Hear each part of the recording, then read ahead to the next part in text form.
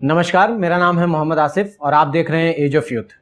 चुनावी माहौल है और इस चुनावी माहौल में हम आपके लिए लेकर आए हैं एक नया शो जिसका नाम है नेता की बात नेता के साथ।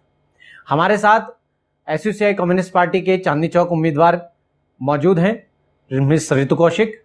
स्वागत है मैम आपका। ऋतु जी एक पढ़ी लिखी कैंडिडेट हैं और चांदनी चौक से वो एसयूसीआई कम्युनिस्ट पार्टी की उम्मीदवार हैं। तो आइए जानते हैं कि क्यों उनको जनता चुने। मैम, यही हम जानने के लिए आपके पास आए हैं कि आपको जनता, दिल्ली की जनता क्यों चुने। एसयूसीआई पार्टी की तरफ से जो हम लोग इस बार चुनाव लड़ रहे हैं उसमें हमारा मुख्य उद्देश्य यही है कि जनता एक ऐसे प्रतिनिधि को चुने जो कि उनका जनता की आवाज को संसद तक पहुंचा सके। क्योंकि हाँ, आप भी देख रहे हैं और पूरा देश जानता है कि 70 साल हो गए हैं हमारे देश में, चुनाव आते हैं, सरकारें बदलती हैं, लेकिन जनता की जो समस्याएं हैं वो वहीं की वहीं हैं। तो ये बात भी, इतिहास भी गवाह है और हम सब जानते हैं कि जनता की समस्याओं का एकमात्र समाधान अगर है तो वो कोई भी सरकार जो आज के समय में हम देख रहे हैं, जो पूंजीपतियों के पैसे से बनी जो सरकारें हैं, वो कभी भी जनता की समस्याओं का समाधान नहीं कर सकती। तो जनता के समाधान जिस रास्ते से होगा वो है जन आंदोलन का रास्ता। तो एसयूसीआई पार्टी के कैंडिडेट और मैं जो चांदनी चौक लोकसभा क्षेत्र से चुनाव लड़ रही हूँ, हमारा उद्देश्य यही है कि जनता को जन आंदोलन के लिए संगठित करना, महंगाई के खिलाफ, बेरोजगारी के खिलाफ, महिलाओं बच्चियों पर बढ़ते अपराधों के खिलाफ। तो ये जो अगर आंदोलन संगठित हम करेंगे, क्योंकि आंदोलन से ही समस्याओं का समाधान हुआ है और जनता की मांगे उसी रास्ते से ही अभी तक हासिल हो पाई हैं। इसीलिए हमारा उद्देश्य यही है कि हम इस आंदोलन की आवाज को संसद तक पहुंचा सकें, जनता की आवाज को। इसीलिए हम इस चुनावों में खड़े हुए हैं और ये भी बताने के लिए कि आज जो तमाम पार्टियां हैं, चाहे कांग्रेस है, चाहे बीजेपी है, चाहे आम आदमी पार्टी है, दिल्ली के क्षेत्र में अगर हम देखें तो इनमें कोई फर्क नहीं है। क्योंकि जो नीतियां, अब हम बात करते हैं 70 साल से क्या बदलाव आया, 60 साल से क्या बदलाव आया, लेकिन हम ये बदलाव क्यों नहीं आया, अगर हम इसके बैकग्राउंड में अगर देखें, अगर हम सामाजिक दृष्टिकोण से नजर डालें कि बदलाव आया तो क्यों नहीं आया। क्योंकि कांग्रेस जो नीतियां लेकर आई, आज हम देख रहे हैं कि भारतीय जनता पार्टी जीएसटी की पॉलिसी लेकर आई, नोटबंदी लेकर आई, एफडीआई लेकर आई, लेकिन ये सारी नीतियां क्या नई हैं? नहीं, ये सारी नीतियां वही हैं जो कांग्रेस लेकर आना चाहती थी। और जिस समय पर कांग्रेस ने इन नीतियों का प्रस्ताव दिया, उस समय पर भाजपा ने इनका विरोध किया, लेकिन उन्हीं नीतियों को आज भाजपा लागू कर रही है, चाहे वो जीएसटी हो, चाहे वो नोटबंदी हो, चाहे वो एफडीआई हो। तो इन नीतियों का जनता के ऊपर क्या प्रभाव पड़ रहा है? 200 लोग लाइन में खड़े होकर मर जाते हैं, 1,10,00,000 लोग बेरोजगार हो जाते हैं, इतने सारे छोटे मोटे जो धंधे लोग करते थे, जो जिसके कारण उनकी जिंदगी चलती थी, जीएसटी के कारण वो सब बर्बाद हो जाते हैं। तो नीति किसकी है, कौन लागू कर रहा है और कौन उसको सपोर्ट कर रहा है? तो यहाँ कांग्रेस की नीति भी वही है, भाजपा की नीति भी वही है। और दिल्ली के क्षेत्र में अगर हम देखें तो जो अपने आप को आंदोलन से निकली हुई पार्टी बताते हैं केजरीवाल जी, हमारे दिल्ली के जो मुख्यमंत्री हैं, तो हमारा उनसे भी एक सवाल है और हम चाहते हैं कि जनता ये सवाल पूछे कि आखिर जनता जब मर रही है, आज करोड़ों लोग बेरोजगार हो रहे हैं, तो ये सवाल हमारे मुख्यमंत्री जो अपने आप को आंदोलन की उपज बताते हैं, तो आज उनका आंदोलन कहाँ गया? इसी बात पे मैं कहना चाहूंगा कि अक्सर ये देखा जाता है कि जो पार्टियां आंदोलन से निकलकर आती हैं और फिर वो सत्ता में आ जाते हैं, चाहे जनसंघ से निकलकर बीजेपी बननी हो, तृणमूल कांग्रेस हो जो सिंगूर और नंदीग्राम के बाद बंगाल के अंदर काबिज हुई, और आम आदमी पार्टी दिल्ली के अंदर, इनका बाद में सत्ता में जब वो आ जाते हैं तो उनका रुख रवैया बदल जाता है। एसयूसीआई पार्टी क्या करेगी अगर वो सत्ता में आती है? तो देखिए, एसयूसीआई पार्टी का सत्ता में आती है तो सिर्फ बात यहाँ आपने जैसे पूछा है, तो हम एसयूसीआई पार्टी का इतिहास को जानना पड़ेगा। क्योंकि 69 में वेस्ट बंगाल में हमारी पार्टी सत्ता में थी, सत्ता में हमारी पार्टी का हिस्सा था, लेकिन उस समय पर हमारे जो नेता थे उनका चरित्र आपने देखा, और तब से लेकर आज तक हमारी पार्टी का जो आधार है, मतलब आधार किसी भी राजनीतिक पार्टी का चुनाव लड़ने के लिए होता है उसका फंड, कि उसका फंड कहाँ से आता है, क्या वो फंड पूंजीपतियों से ले रही है, या उसका आंदोलन का भी आधार अगर हम कहें, या चुनाव का आधार भी अगर हम कहें, फंड का आधार भी हम कहें, तो वो क्या है। हमारी पार्टी का आधार जो है, आर्थिक आधार, वो है इस देश की जनता। इस देश की जनता से सहायता लेकर, चंदा एकत्रित करके हम लोग आंदोलन संगठित करते हैं, चाहे वो चुनाव क्यों ना हो, क्योंकि चुनाव भी हमारी पार्टी के लिए एक आंदोलन ही है। ये एक बात, ये दावा तो आम आदमी पार्टी भी करती है, तो आप में और आम आदमी पार्टी में क्या फर्क है? फर्क यही है कि आम आदमी पार्टी का अभी भी हम लोग जो देख रहे हैं, उनके जो नुमाइंदे हैं आज, वो कितने आम आदमी के बारे में उन्होंने आंदोलन संचालित किए हैं, वो जनता के बीच में कहाँ रहते हैं। एक नुमाइंदा आप हमें बताइए जिन्होंने कोई भी नोटबंदी को लेकर के खिलाफ आंदोलन किया हो, जबकि हमारे एसयूसीआई पार्टी के कार्यकर्ताओं ने दिल्ली के विभिन्न जगह पर रैलियां निकाली हैं, जनसभाएं की हैं, लोगों के पास हम लोग घर घर गए हैं उनका जनमत जानने के लिए, और संगठित किया है हमने लोगों को इसके खिलाफ।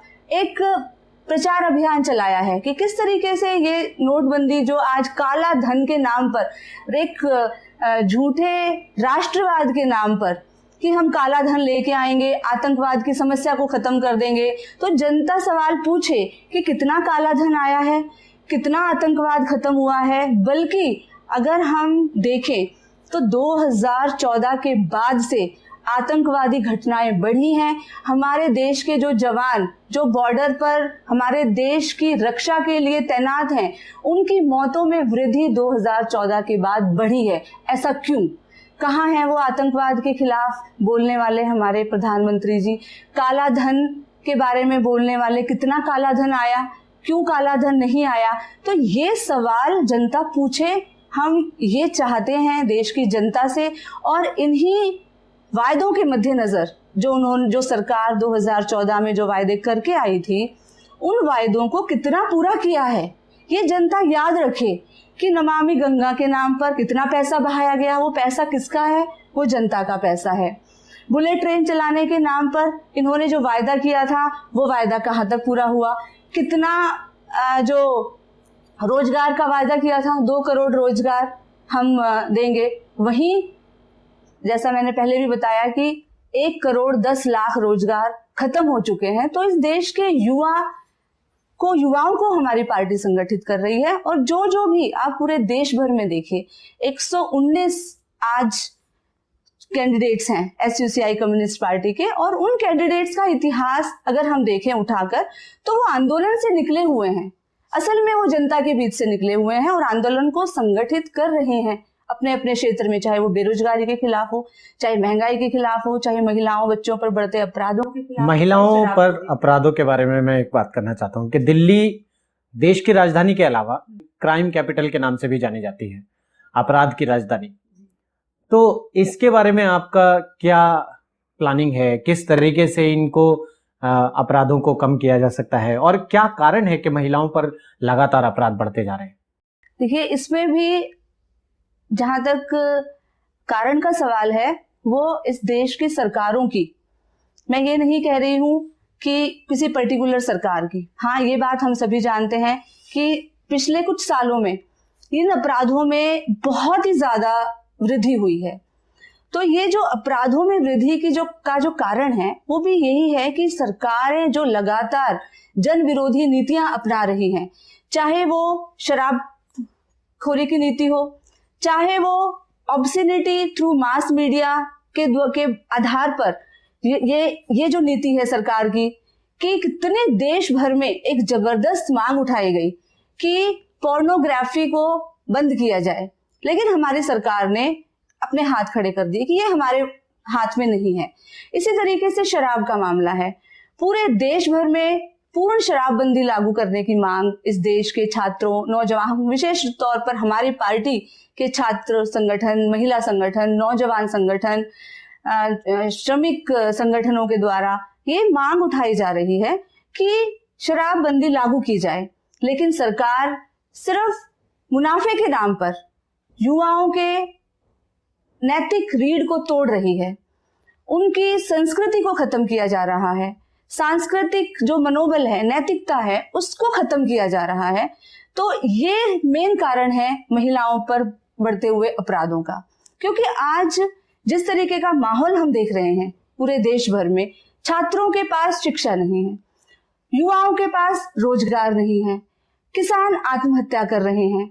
जहां जो चीज उनको मिलनी चाहिए, जो ज्ञान उनको मिलना चाहिए, अध्ययन करने का जो एक प्रोत्साहन उनको मिलना चाहिए, आज वो खत्म कर दिया जा रहा है। शिक्षा को प्राइवेट हाथों में दे दिया जा रहा है। 8वीं क्लास तक पास फेल की नीति को खत्म करके युवाओं के शिक्षा के जो भविष्य है उसको अंधकार में डाला जा रहा है।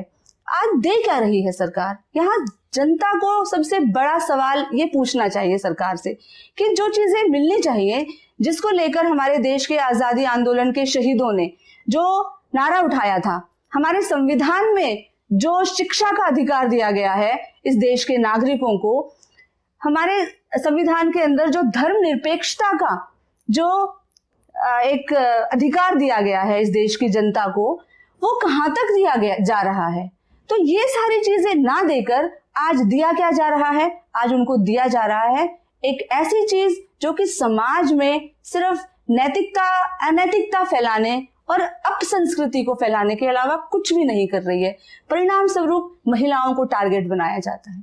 छोटी छोटी बच्चियां पोर्नोग्राफी देखकर एक हैरानी होती है कि स्कूल में 9 साल के 10 साल के बच्चों के बारे में जब हम ऐसी घटनाएं सुनते हैं तो रूह कांपती है कहीं ना कहीं। और मैं जानती हूँ कि आप लोगों जैसे भी जो युवा हैं वो भी इस आंदोलन में साथ में हैं, ये बात भी ठीक है, ऐसा हम नहीं कह सकते, लेकिन वो कितने हैं? लेकिन सरकार वो बहुत ही कम संख्या में वो नौजवान हैं। लेकिन सरकार का जो इन सरकारों का जो रवैया रहा है पूरी तरीके से इस देश के युवाओं के मानसिकता को बदलने का, ये बहुत चिंता का विषय है और इसके बारे में जनता को सवाल उठाने चाहिए। आपने कहा कि आपकी पार्टी 119 सीटों पर लड़ रही है। 10 से अधिक कम्युनिस्ट पार्टियां हैं जो चुनाव लड़ रही हैं, सभी एक साथ होकर चुनाव क्यों नहीं लड़ सकती? जी बिल्कुल, आपने ठीक बोला। हमारी पार्टी बहुत प्रयास कर रही किया इस विषय पर। तमाम जो वामपंथी और डेमोक्रेटिक दल हैं उनके पास हमारी पार्टी ने ये सुझाव दिया कि हम सबको मिलना चाहिए। जब हम लेफ्ट यूनिटी की बात करते हैं, जब हम आंदोलन में लेफ्ट यूनिटी की बात करते हैं, तो चुनाव में क्यों नहीं है? हमें चुनाव में भी साथ में रहना चाहिए। लेकिन दुख के साथ आज कहना पड़ रहा है कि आजादी से लेकर आज तक हमारे देश के जो वामपंथी दल हैं उन्होंने अपनी जो भूमिका निभानी चाहिए थी वो उन्होंने नहीं निभाई। इसीलिए हम कहते हैं कि ये तथाकथित वामपंथी ताकतें हैं, ये कहीं ना कहीं आंदोलन के रास्ते को ना अपनाकर सिर्फ चुनावी फायदे को लेने के एक रुझान में जा रही हैं, जो कि देश की जनता के लिए बहुत ही दुर्भाग्यपूर्ण है। इसीलिए हमारी पार्टी की तरफ से लगातार प्रयास रहा है। इसीलिए वो ना होने के बावजूद भी, लेफ्ट यूनिटी ना होने के बावजूद भी, पूरे देश भर में एकमात्र SUCI कम्युनिस्ट पार्टी ही आज इतना मतलब वो भी रखती है कि पूरे देश भर में 119 कैंडिडेट उतारे हैं। इतना दमखम रखती है पार्टी, बिल्कुल। और क्योंकि आज देश में देखिए जो राजनीतिक पार्टियां हैं उनमें कैडर्स कहाँ हैं? इसमें तथाकथित वामपंथी पार्टियां भी हैं। कैडर्स अगर हैं तो वो एकमात्र SUCI पार्टी के अंदर, जो कि जनता के बीच में जा रहे हैं। और सबसे ज्यादा हैरानी की बात तब जबकि SUCI कम्युनिस्ट पार्टी को किसी मीडिया का साथ नहीं मिलता है। इतने बड़े बड़े आंदोलन हम लोगों की पार्टी के द्वारा संचालित किए गए हैं पूरे देश भर में, लेकिन मीडिया में उनका कोई जिक्र नहीं होता। हमें अपनी बातचीत को यहीं विराम देना पड़ेगा, समय की सीमा है। तो आपने सुना SUCI कम्युनिस्ट पार्टी के चांदनी चौक लोकसभा उम्मीदवार ऋतु कौशिक को। चुनावी माहौल है, आपके सामने कई उम्मीदवार आएंगे अलग अलग पार्टियों के, और उन पार्टियों के उम्मीदवारों को चुनना आपके हाथ में है। किसे आप अपना प्रतिनिधित्व करने के लिए संसद में भेजते हैं। अगर आप ये वीडियो फेसबुक पर देख रहे हैं तो हमारे फेसबुक पेज को लाइक कीजिए। अगर आप ये वीडियो यूट्यूब पर देख रहे हैं तो हमारे यूट्यूब चैनल को सब्सक्राइब कीजिए। हम फिर हाजिर होंगे नेता की बात नेता के साथ के अगले एपिसोड में। तब तक के लिए धन्यवाद।